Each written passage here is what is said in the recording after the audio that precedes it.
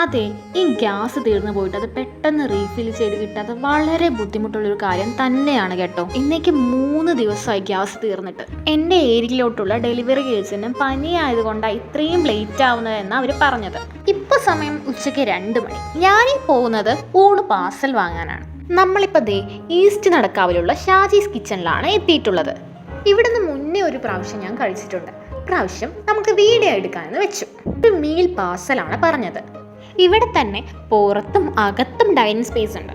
പിന്നെ പഫ്സ്, പഴംപൊരി, കട്ട്ലറ്റ്, അങ്ങനെ കുറേ സ്നാക്സും ഉണ്ട്. നമ്മുടെ പാർസൽ അവർ പാക്ക് ചെയ്യാണ് കേട്ടോ. സാധനം നമ്മൾ കയ്യിൽ കിട്ടിയിട്ടുണ്ട്.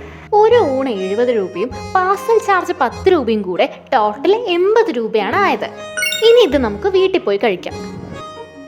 അപ്പോൾ ഇതാണ് നമ്മുടെ പാർസൽ. എല്ലാ ഐറ്റംസും നല്ല നീറ്റായി അലുമിനിയം ഫോയിലാണ് പാക്ക് ചെയ്തിട്ടുള്ളത്. ആദ്യം ചോറ്, പിന്നെ ഇതിൻ്റെ മുകളിൽ പുളിയിഞ്ചിയും നാരങ്ങ അച്ചാറാണ് ഉള്ളത്. പിന്നെ ഇത് പപ്പടം ആൻഡ് മീൻ കറി. ടോട്ടൽ ഇത്രയും ഐറ്റംസ് ആണ് ഉള്ളത്. പിന്നെ ഒരു പാലട പായസം ഉണ്ട് കേട്ടോ.